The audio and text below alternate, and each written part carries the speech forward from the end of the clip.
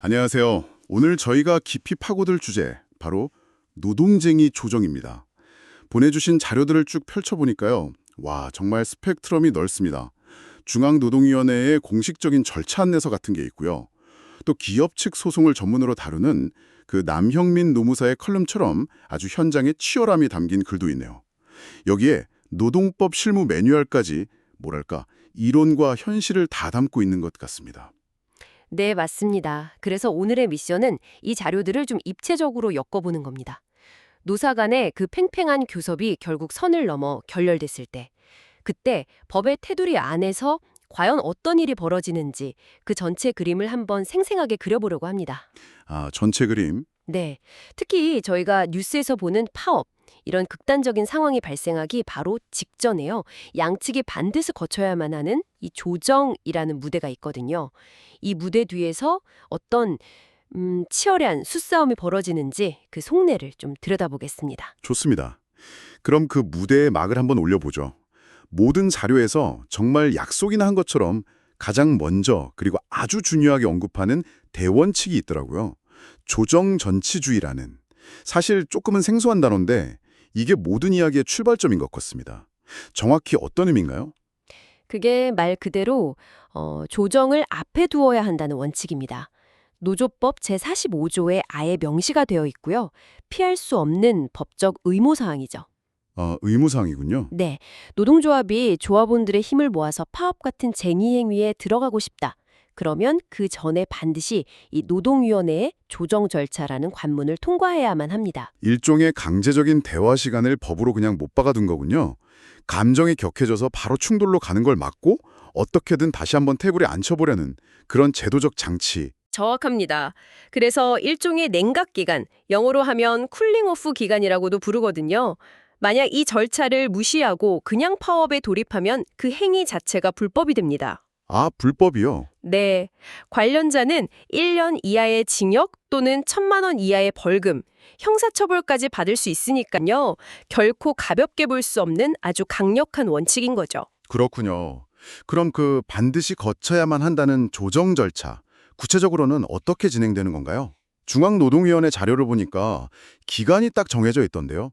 네, 노사 중 한쪽이 더 이상은 대화가 안 됩니다. 조정을 해주십시오. 라고 노동위원회에 신청하는 순간 바로 그때부터 카운트다운이 시작됩니다. 카운트다운이요? 네, 일반 사업장은 10일, 그리고 병원이나 통신, 수도, 전기처럼 우리 생활에 필수적인 공익사업은 조금 더 길게 15일의 조정기간이 주어집니다. 물론 양측이 합의하면 각각 10일, 15일 범위 내에서 한 번 더 연장할 수는 있습니다. 근데 잠깐만요. 아니 몇 달 혹은 뭐 1년 가까이 끌어온 갈등을 고작 10일, 15일 만에 해결하라는 건 좀 비현실적으로 들리는데요. 이게 정말 실효성이 있는 건가요? 아주 좋은 질문입니다. 그래서 이 기간의 목표는 완벽한 해결이라기보다는 최후의 중재 시도에 가깝다고 봐야 합니다.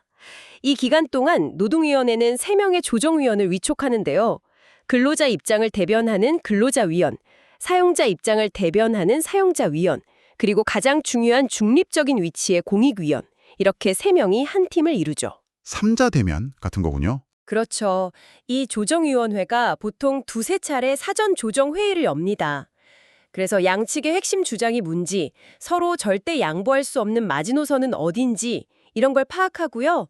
사실관계를 확인한 뒤에 마지막 본조정 회의에서 공익위원이 중심이 돼서 구체적인 조정안을 만들어요. 그리고 양측에 제시하면서 수락을 권고하게 됩니다. 그 조정안이라는 게 그럼 뭐 판결처럼 무조건 따라야 하는 건가요? 강제력이 있는지? 바로 그 지점이 핵심입니다. 조정안은 법적 강제력이 전혀 없습니다. 그냥 권고사항일 뿐이죠. 권고. 네, 만약 노사 양측이 모두 좋습니다. 이 안을 받아들이겠습니다. 라고 동의를 하면 그 조정안은 단체 협약하고 똑같은 효력을 가지면서 분쟁이 아름답게 마무리됩니다. 하지만 둘 중 한쪽이라도 도저히 수용할 수 없습니다. 라고 거부하면 조정은 불성립으로 끝나게 되는 거죠. 그리고 바로 그 조정 불성립이라는 결과를 받아들이는 그 순간 노동조합은 비로소 합법적인 파업을 할 수 있는 일종의 면허를 얻게 되는 거군요. 맞습니다. 그때부터 합법적인 쟁의 행위가 가능해지는 겁니다. 바로 이 지점부터 이야기가 정말 흥미로워집니다. 아까 말씀해 주신 남영린 노무사의 글을 보면요. 사용자, 그러니까 사측은 이 10일이라는 조정 기간을 그냥 단순히 협상 시간으로만 보지더라고요. 마치 소송을 준비하는 것처럼 굉장히 전략적으로 움직이던데요. 이 기간 동안 사측의 가장 큰 고민은 대체 무엇인가요? 사측의 머릿속은 크게 두 가지 생각으로 가득 차 있습니다. 첫째는 당연히 파업이 현실화됐을 때의 막대한 경영 손실이고요. 둘째는 어쩌면 그보다 더 무서워하는 부당 노동행위라는 법적 리스크입니다. 부당 노동행위. 이게 왜 그렇게까지 무서운 건가요? 노조법 제81조를 보면 사용자가 정당한 이유 없이 단체 교섭을 거부하거나 해태하는 것, 그러니까 성실하게 임하지 않는 것을 부당 노동 행위로 규정하고 있거든요. 네네. 이게 왜 무섭냐면 만약 조정 과정에서나 그 이전 교섭 과정에서 사측이 불성실해서 대화가 깨졌다. 이런 인상을 조정위원회에 주게 되면 나중에 법적으로 매우 불리한 위치에 서게 됩니다. 부당 노동행위로 인정되면 단순히 벌금으로 끝나지 않아요. 노동위원회의 구제 명령을 따라야 하고 이걸 어기면 이행 강제금이 계속해서 부과될 수 있습니다.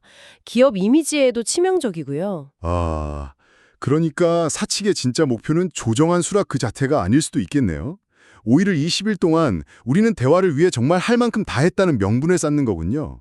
만에 하나 파업이 터졌을 때 벌어질 법적 분쟁이나 여론전에서 유리한 고지를 차지하려는 일종의 보험 같은 거네요. 정확히 꿰뚫어 보셨습니다. 바로 그게 핵심 전략입니다. 그래서 그 남영민 노무사 같은 전문가들이 기업에 자문할 때 가장 강조하는 게 바로 그거예요.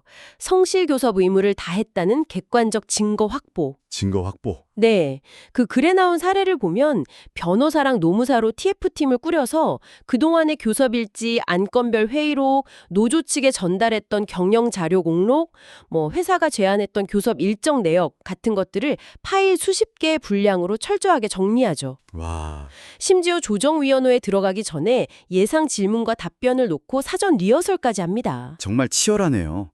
무슨 영화의 한 장면 같습니다. 실제로 그렇습니다. 남영민 노무사 글에 이런 대목이 나와요.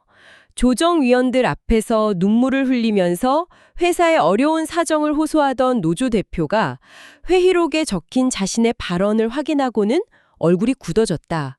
이처럼 조정회의의 모든 발언은 기록으로 남고 이게 나중에 법적 증거가 될 수 있기 때문에 양측 모두 극도로 긴장 상태에서 임하는 거죠. 사측은 이 증거들을 바탕으로 조정위원들에게 우리는 최선을 다했는데 노조의 요구가 너무 무리해서 여기까지 온 겁니다. 이 논리를 설득시키는데 총력을 기울이는 겁니다. 분쟁을 최소화하고 경영 리스크를 관리하는 최전선인 셈입니다. 지금까지 사측의 전략을 자세히 들여다봤는데요. 당연히 노동조합도 이 중요한 시간을 그냥 보내지는 않을 것 같습니다. 반대로 노조 측은 이 조정 기간을 어떻게 활용하나요? 이들도 분명 치밀한 전략이 있을 텐데요. 물론입니다. 노조 역시 이 기간을 두 가지 측면에서 동시에 활용합니다. 하나는 조정 테이블 안에서의 전략이고 다른 하나는 테이블 밖에서의 전략이죠. 안과 밖, 어떻게 다른가요? 테이블 안에서는 당연히 회사를 최대한 압박해서 유리한 조정안을 이끌어내는 데 집중합니다. 회사가 정말로 어디까지 양보할 수 있는지 그 패를 마지막으로 확인하는 기회이기도 하고요. 공익위원들을 설득해서 우리 측 주장의 정당성을 인정받으려는 노력도 치열하게 하죠. 그건 뭐 당연한 거고요. 하지만 동시에 테이블 밖에서는 완전히 다른 준비를 합니다. 바로 파업 준비입니다. 협상을 하면서 동시에 파업 준비를 한다. 굉장히 이중적이면서도 현실적인 전략이네요. 네, 합법적인 파업을 하려면 법적으로 반드시 거쳐야 하는 절차가 또 하나 있거든요. 바로 쟁의행위 찬반 투표입니다. 전체 조합원의 과반수가 투표에 참여해서 그 참여 인원의 과반수가 찬성해야만 쟁의행위의 정당성이 확보되거든요. 노조는 보통 이 10일의 조정 기간 동안 이 찬반 투표를 진행합니다. 아, 바로 그 기간 동안에요? 네, 조합원들의 결속력을 다지고 파업에 대한 의지를 확인하면서 사측을 압박하는 아주 효과적인 카드죠. 아, 그러니까 조정위원회에서 회의가 막 진행되는 동안 밖에서는 조합원들이 파업 여부를 투표하고 있는 거군요. 그 투표 결과가 조정 테이블에 앉아있는 회사 측 대표에게는 엄청난 압박으로 다가오겠네요. 바로 그겁니다. 투표 결과 90% 찬성으로 파업 가결 이런 소식이 들려오면 협상의 무게추가 완전히 달라지죠. 동시에 언론을 활용해서 우리 요구의 정당성을 알리고 파업으로 갈 수밖에 없는 이유를 설명하면서 여론전을 펼치기도 합니다.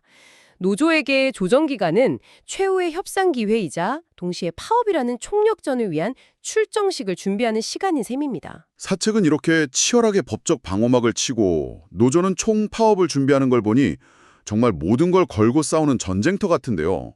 그런데 문득 궁금한 게 이렇게 임금이나 근로조건 같은 문제 말고요. 예를 들어 부당해고를 당했다. 이런 문제로도 조정을 신청할 수 있는 건가요? 노사 간의 모든 갈등이 이 조정 테이블에 올라올 수 있는 건지. 아주 중요한 포인트입니다. 결론부터 말씀드리면 아니오입니다. 모든 갈등이 조정의 대상이 되는 것은 아닙니다. 여기서 노동법의 중요한 개념인 이익 분쟁과 권리 분쟁을 구분해야 합니다. 이익 분쟁과 권리 분쟁, 어떻게 다른가요? 이익 분쟁은 말 그대로 새로운 이익, 즉 권리를 만들어 나가는 과정에서 생기는 다툼입니다. 예를 들어 내년도 임금을 5% 올려달라거나 근무 시간을 주 40시간에서 38시간으로 줄여달라 이런 요구.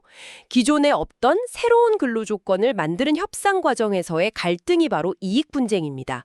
조정과 파업은 바로 이 이익 분쟁에 대해서만 가능합니다.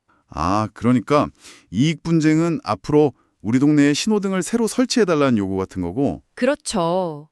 반면에 권리 분쟁은 이미 존재하는 법이나 단체 협약에 명시된 권리를 놓고 벌이는 다툼입니다. 단체 협약에 명시된 해고 절차를 회사가 어겼다거나 약속된 상여금을 지급하지 않았다. 이런 주장이 대표적인 예죠. 이미 존재하는 규칙의 해석과 이행을 둘러싼 문제이기 때문에 이런 권리 분쟁은 조정이나 파업의 대상이 아니라 법원의 소송이 난 노동위원회의 심판 절차를 통해 해결해야 할 문제로 봅니다. 이해가 쑥 되네요. 권리 분쟁은 이미 설치된 신호등이 고장났으니까 법대로 고쳐달라는 요구 같은 거군요. 하나는 새로운 걸 만드는 협상의 영역이고 다른 하나는 기존 규칙을 지키라는 판단의 영역인 거군요.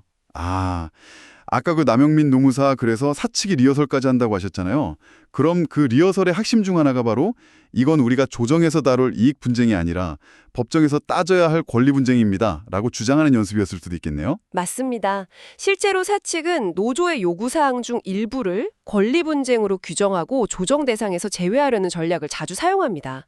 또한 양측의 교섭이 충분히 이루어지지 않았다고 판단될 경우도 있거든요. 그럴 때는 노동위원회가 조정안을 내는 대신 행정지도를 통해서 아직 쟁의 상태로 보기 어렵습니다. 당사자끼리 좀 더 대화하고 오십시오 하고 사건을 돌려보내기도 합니다. 결국 이 모든 걸 종합해 보면 노동쟁의 조정 절차는 단순히 법에 정해진 요식 행위가 절대 아니네요. 파업이라는 극단적인 충돌 직전에 노사 양측이 법의 테두리 안에서 벌이는 마지막 협상이자 각자의 명분과 실리를 챙기기 위한 치열한 전략 싸움의 장이라고 할 수 있겠습니다. 네, 갈등을 파국으로 몰고 가기 전에 대화를 통해 해결할 마지막 기회를 제도적으로 마련해둔 것이죠. 이 절차의 존재 이유와 그 안에서 벌어지는 실제 작동 방식을 이해하는 것은 한국의 노사관계를 깊이 있게 보는 매우 중요한 열쇠가 될 겁니다. 오늘 정말 깊이 있는 분석이었습니다.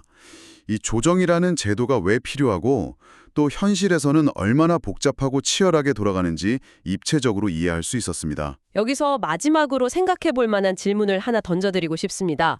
보내주신 자료들에는 최근 시행된 노란봉투법에 대한 내용도 있었죠. 이 법의 핵심 중 하나는 하청 근로자의 노동 조건에 실질적인 영향력을 행사하는 원총도 교섭 테이블에 나올 사용자로 볼 수 있도록 길을 열었다는 점입니다. 네, 맞아요. 그렇다면 앞으로 이 조정 테이블에는 과연 누가 앉게 될까요? 원청과 하청, 그리고 여러 노조들이 복잡하게 얽힌 상황에서 이 조정 절차는 과연 어떤 모습으로 진화하게 될까요? 이것이 앞으로 우리가 한국의 노사 관계를 지켜볼 때 주목해야 할 매우 흥미로운 관전 포인트가 될 겁니다.